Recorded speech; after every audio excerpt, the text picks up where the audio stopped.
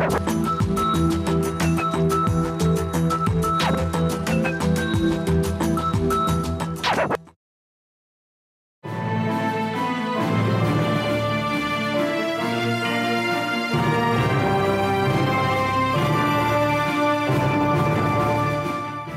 je m'appelle Félix Hébert.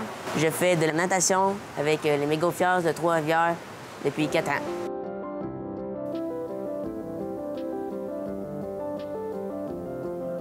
Dans cette société individualiste, le dépassement de soi et l'accomplissement de ses rêves sont des valeurs très importantes. Les personnes ayant une déficience motrice n'en font pas exception. Pour leur venir en aide, certains organismes ont été mis sur pied, tel le Centre Intervalle de Trois-Rivières. Dans ce court documentaire, nous dresserons le portrait de la vie du jeune paranageur de la Mauricie, Félix Hébert. Félix est un jeune garçon très courageux. Qu'a-t-il dû surmonter depuis sa naissance? Oui, en fait, il est né avec le syndrome de Rapaldi-Lino. Alors, Rapaldi-Lino veut dire absence de radius, absence de rotule ou malformation des rotules au niveau des genoux, pieds beaux et mains bottes dû à l'absence des radius. Et, aux alentours de 8 ans, 9 ans, il y a eu un diagnostic de cancer des os, donc un ostéosarcome au fémur gauche. Donc, à la suite de ce diagnostic-là, bien, il y a eu de la chimiothérapie pendant 1 an. Et à travers sa chimio, il y a eu l'amputation de sa jambe en haut du genou. Donc, il a dû surmonter son cancer, les malaises dus à la chimiothérapie et aussi l'amputation de sa jambe.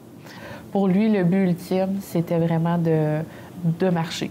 Fait que ça n'a pas été long à la suite de ça, donc il n'y a pas eu vraiment de traumatisme. Sainte-Justine, c'est notre seconde résidence. Donc, on a fait beaucoup de départements à l'hôpital, puis on connaît beaucoup d'employés, les infirmières auxiliaires, préposés qui ont vu tout au long là, de la vie de Félix, là, depuis la naissance à aujourd'hui, qui l'ont vu grandir.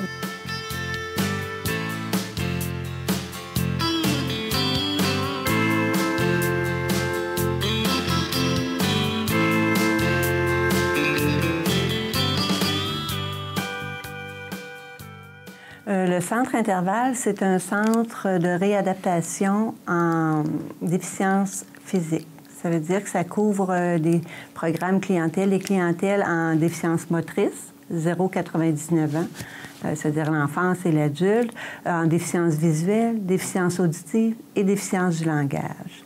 Ça offre aussi des services spécialisés en aide technique, aussi l'évaluation de conduite automobile. C'est aussi, on offre trois programmes pour les clientèles, soit 0-17 ans, 18 à 64 ans et pour les 65 ans et plus. Donc, la physiothérapie était principalement pour l'amener à marcher, donc développer sa marche, développer son équilibre, le positionnement assis, tout ça. Donc, il fallait vraiment là, tonifier ses muscles. Combien de temps, dans le fond, que sa réadaptation a duré au Centre Intervalle? Là, c'est terminé, si je ne me trompe pas. Oui, là, c'est terminé. On est en suivi quand c'est demandé par d'autres médecins. Mais Félix a commencé, c'est comme à 8 mois, puis il a été suivi jusqu'après son cancer pour vérifier sa démarche avec sa prothèse. Félix, il a développé une passion pour un sport particulier, la natation. Oui. Pourquoi il est allé vers ce sport-là? Félix a découvert la natation avec le Centre Intervalle. Donc, c'était dans le cadre du défi sportif. Alors, Félix a rencontré l'entraîneur-chef. Puis, il a fait quelques essais, puis on dit « Parfait, nous, on va le prendre ».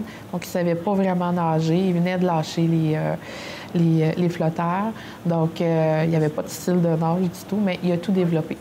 Il a vraiment développé les 4 styles de nage sans vraiment suivre de cours, mais en étant dans le groupe, l'entraîneur le dirigeait tranquillement, pas vite, à améliorer son style. Donc, il a commencé comme ça. Puis son bien-être, pour lui, c'est comme si c'était le seul moment dans sa vie où il se sent comme tout le monde.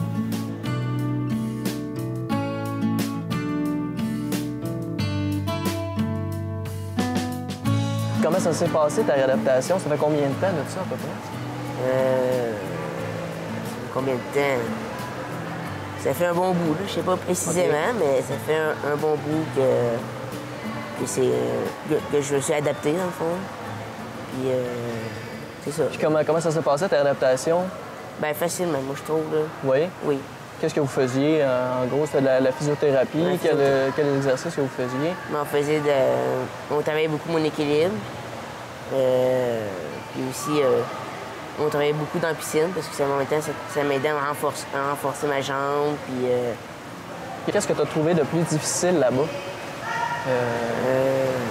Qu'est-ce que j'ai trouvé de plus difficile? Je pense que j'ai rien trouvé difficile. Il n'y a eu aucune complication. Non? Oui. Tout était à mon goût, là, facile. Oui. Est-ce que tu as déjà fait des compétitions? Oui. Oui? Combien environ, tu sais-tu? Peut-être, je dirais, 6-7. 6-7? Oui. Puis j'imagine que tu fais toutes les nages. Oui. C'est laquelle tu as préférée? Le crawl. Le crawl? Oui. Puis pourquoi? Ben, parce que c'est la nage la moins forçante. OK. Puis c'est elle qui me permet d'aller le plus vite possible.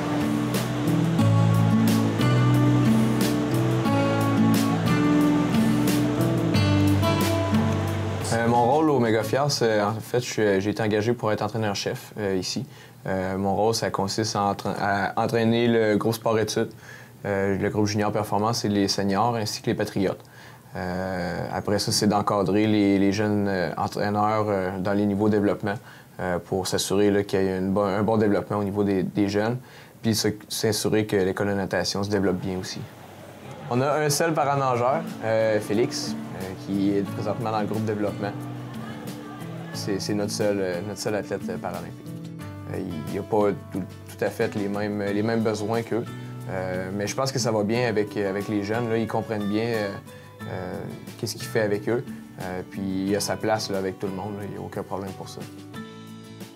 C'est sûr qu'à comparer les autres nageurs, il n'est pas tout à fait pareil. Il faut adapter les entraînements pour lui.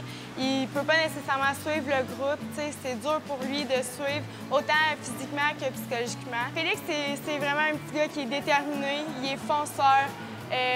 Même s'il a cet handicap-là, il va tout le temps vouloir se dépasser.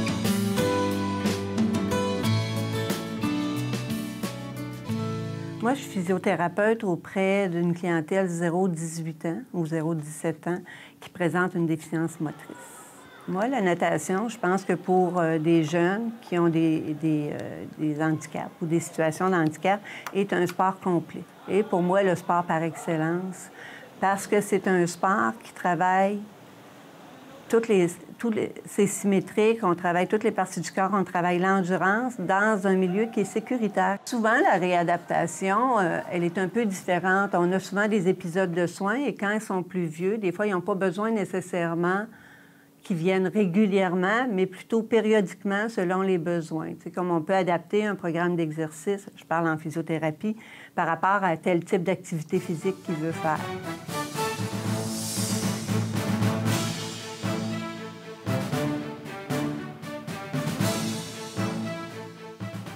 La Fédération de natation du Québec, qui est avant tout un organisme à but non lucratif, qui gère et sanctionne toutes les activités de natation sur le territoire québécois. Une compétition de natation, c'est un ensemble d'épreuves dans les différents styles de nage. Les distances en compétition sont les mêmes, c'est juste que selon les différentes classes, ils peuvent avoir des choix d'épreuves différentes.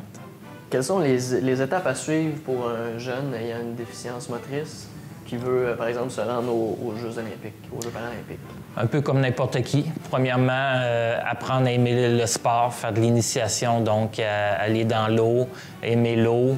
Après ça, apprendre les techniques de nage et progresser.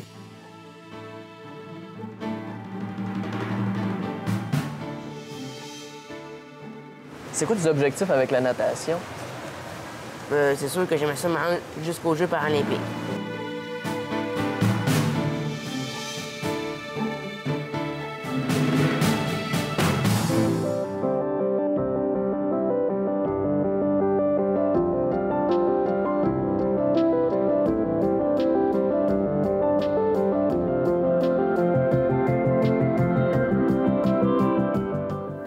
J'ai débuté la natation à l'âge de 8 ans. C'était pas mon mon premier choix. Puis la natation est un peu arrivée par hasard dans ma vie. J'avais envie, comme la plupart des petits gars, j'avais envie de jouer au hockey. Puis j'ai essayé de jouer au hockey, mais ça a été difficile pour moi. Avec mon léger handicap, j'avais de la difficulté à patiner. Et j'ai mis de côté le hockey, elle me sentait différent. Et j'étais différent des autres petits garçons de mon âge. À l'âge de 8 ans, j'avais mon meilleur ami qui était mon voisin de maison où j'ai grandi sur la rive-sud de Montréal. Et il avait remporté une médaille d'argent aux Jeux du Québec en natation. Et ça m'avait vraiment impressionné. J'ai participé à 4 Jeux paralympiques.